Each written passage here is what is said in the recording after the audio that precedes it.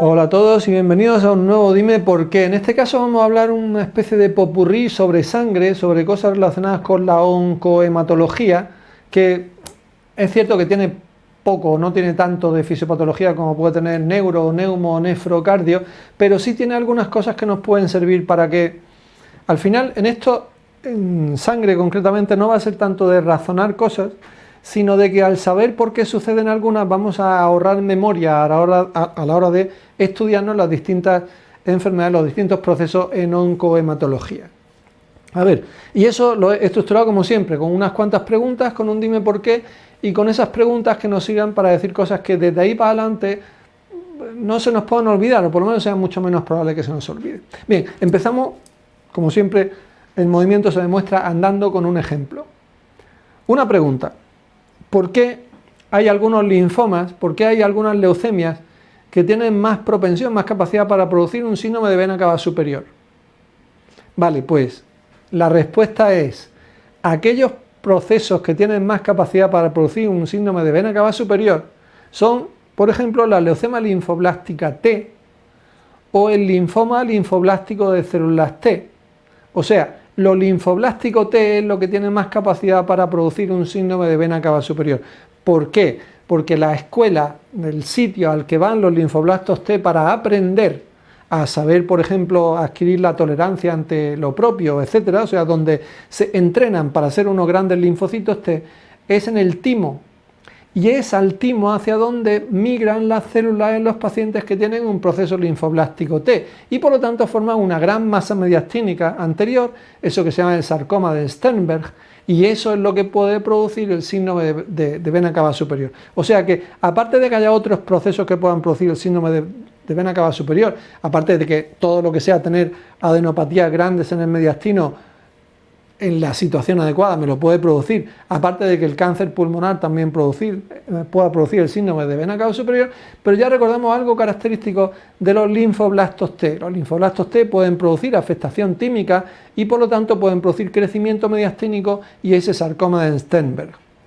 Igual que cuando hablemos de los linfomas T, las células ya más maduras, los linfocitos T más maduros, tienen un cierto tropismo cutáneo y por eso los procesos linfoides T van a tener más probabilidad de producir el linfoma cutáneo, como pasa con el síndrome de Sézary, como pasa con la leucemia linfoma T del adulto o como pasa con algún otro proceso parecido como puede ser, por ejemplo, en las propias leucemias linfáticas crónicas T, en donde también pueden producirse esos cuadros. O sea, en general, los linfomas T sí pueden tener una cierta mayor predilección por producir afectación cutánea.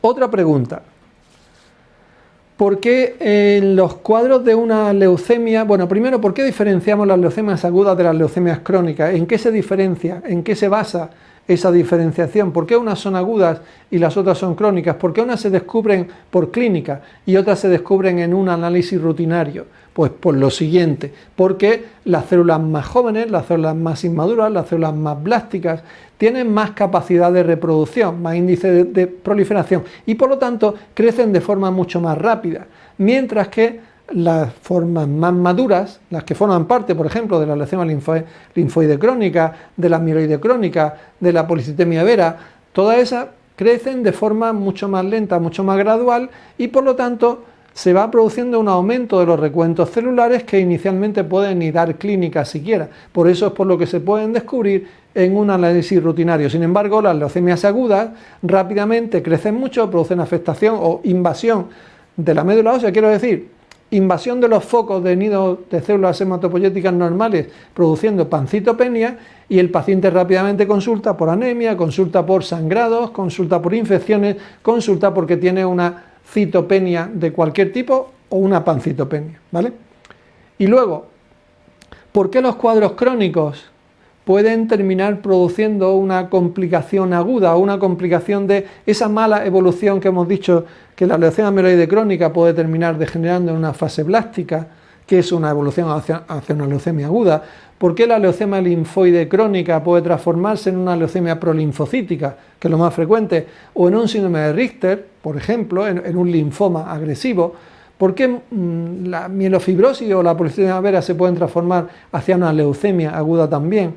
¿Por qué hay una evolución, o incluso los linfomas de bajo grado? ¿Por qué hay una evolución? Pues porque al final, cuando hay una gran tasa de proliferación celular en cualquier órgano, en cualquier sistema, o en el sistema hematopoyético también, cuando hay una gran tasa de proliferación celular hay más probabilidad de que se pueda producir una mutación en alguna de las líneas celulares y que esa mutación termine progresando. Se pueden producir miles de millones de mutaciones, pero que todas ellas sean, primero, que no den lugar a una célula funcionante y que por lo tanto esa célula se muera, o que rápidamente sea reconocida por nuestro sistema inmune y el sistema inmune se la cargue, la destruya porque la reconoce como algo raro.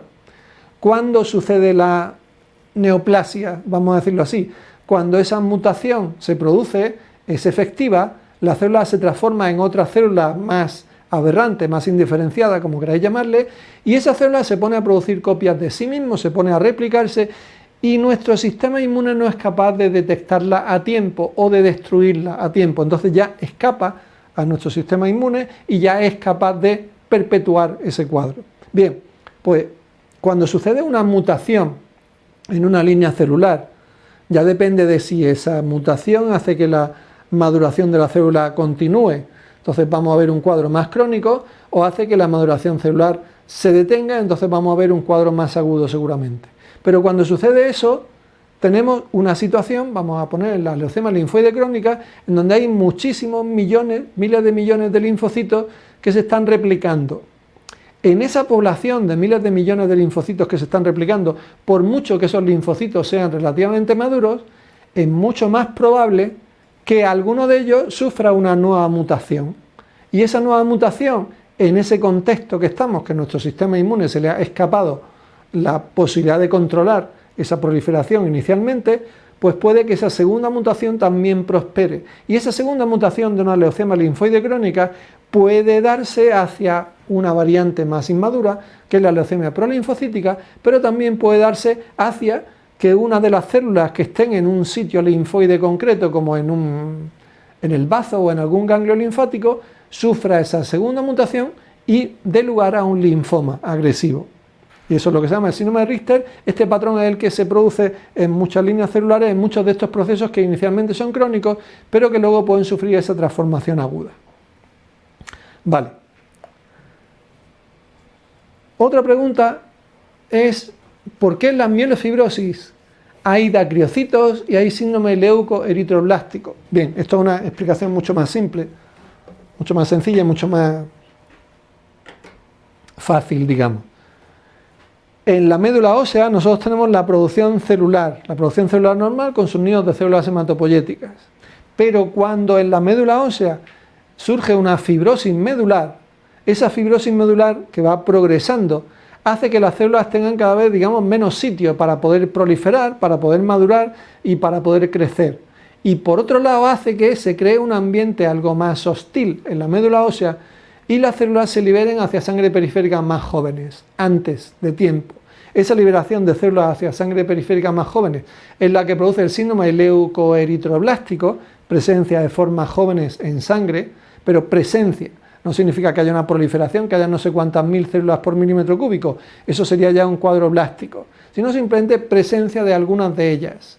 Y dos, como las células no son capaces o no tienen un espacio lo suficientemente adecuado para crecer bien, pues cuando se liberan a sangre esas células, en vez de tener la forma del discocito normal que pinto aquí al lado, en vez de tener la forma del discocito normal, pueden tener esa forma de dacriocito o forma en lágrima. Eso, como regla mnemotécnica, os sirve para decir, ya sé desde ahora que cuando veo una célula en lágrima significa que sale de una médula ósea que estaba estrecha. ¿Y por qué estaba estrecha esa médula ósea? Pues porque tenía una mielofibrosis seguramente, ¿vale? Esa mielofibrosis puede ser idiopática o puede ser evolución, como ya sabéis, de otros síndromes mieloproliferativos crónicos. O sea, puede ser la consecuencia de una evolución de una policitemia vera, hablaríamos de una policitemia gastada, de una leucemia amiloide crónica o de una trombocitemia, por ejemplo. O sea, sería a considerar otra posible evolución, aparte de las que hemos mencionado antes, que podían transformarse en una leucemia aguda,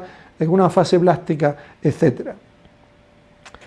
Otra pregunta que me ha hecho la gente y que yo creo que sirve muy bien para caracterizar el diagnóstico es ¿por qué en las leucemias no se hace PET-TAC, por ejemplo? ¿Por qué no se hace un estudio de extensión en la leucemia? Porque no es necesario hacer un estudio de extensión en una enfermedad que se deriva de la médula ósea y que por lo tanto todas sus células, o una gran parte de ellas, salen hacia sangre. Por lo tanto, esas células van a estar en todas partes. En el estudio diagnóstico de las leucemias agudas, lo único que nosotros tenemos que hacer básicamente es demostrar que existen esas células anómalas, esas células blásticas en sangre periférica, en médula ósea, y caracterizar qué tipos son, o sea, hacer el análisis correspondiente para ver qué marcadores CD tienen, qué posibles alteraciones cromosómicas tienen, para ver si tienen marcadores moleculares de buen o mal pronóstico, como el NPM, por ejemplo, como el FLT, etcétera. Todo eso es lo que tenemos que hacer, pero no se tiene que hacer evidentemente un estudio de extensión, porque ese estudio de extensión ya está, digamos, asegurado. Lo único sería ver pues si en el sistema nervioso central, por ejemplo, puede haber afectación, y eso tenemos las leucemias monocíticas o las leucemias linfoblásticas, pues como suelen tener frecuentemente afectación del sistema nervioso central, nos llevaría a hacer un tratamiento específico suyo. Y, como voy en cuanto al tiempo, y por último, una pregunta que os pueden poner como trampa en alguna situación clínica o en alguna situación de una pregunta tipo test, es ¿cuál de estas siguientes pruebas no haría en un paciente con policitemia vera? Y no se haría estudio citogenético en sangre periférica. Dice, ¿y por qué no se hace estudio de genética molecular, estudio de cariotipo en células de sangre periférica? Pues porque el hematíe no tiene núcleo y no tiene mitocondrias. O sea, las células que hay circulantes en sangre, los hematíes, no tienen núcleo, no tienen cromosomas, por lo tanto, y no tienen, por lo tanto, posibilidad de hacerle técnicas de genética molecular. Entonces, ¿cómo se ve que las personas con policitemia vera tienen, por ejemplo, una alteración del gen JAK? Pues viéndolo en sus precursores. Hay que irse a los precursores en médula ósea, pero el estudio genético de sangre periférica, evidentemente, en la policitemia vera, pues no tiene ningún sentido, ¿sí? Vale. Otra pregunta que me han hecho, por ejemplo, es ¿por qué en el mieloma múltiple puede haber osteolisis? Pues una de las explicaciones de que el mieloma múltiple pueda tener osteolisis y por lo tanto pueda tener hipercalcemia es contando cómo funcionan estas alteraciones o estas mutaciones. Una mutación consiste en que a una célula se le cambia su estructura inicial a las células plasmáticas, por ejemplo.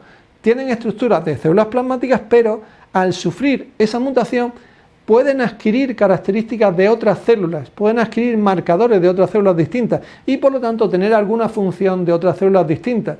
Y una de las mutaciones que suceden en las células plasmáticas del mieloma múltiple es adquirir características de células natural killer, de linfocitos natural killer. Esa es una de las explicaciones que pueden justificar que los pacientes con mieloma múltiple y con otras neoplasias de células plasmáticas, pero sobre todo con mieloma múltiple, puedan tener esa presencia de osteolisis, por ejemplo, que es una de las manifestaciones importantes, por el dolor óseo, por el diagnóstico radiológico, por la hipercalcemia, etc. O sea que bueno, unas cuantas cosas que viene bien saber, creo yo, acerca de la oncohematología y que nos ha servido también para que en vuestra mente, mientras que estabais escuchándolo, estuvierais haciendo una especie de repaso que yo creo que puede serviros también muy bien y ser útil, que tú seas capaz de fijar tu concentración en momentos puntuales del día, como este cuarto de hora, en algo que te dé un medio distinto para poder repasar y que por lo tanto sea una concentración mucho más eficaz.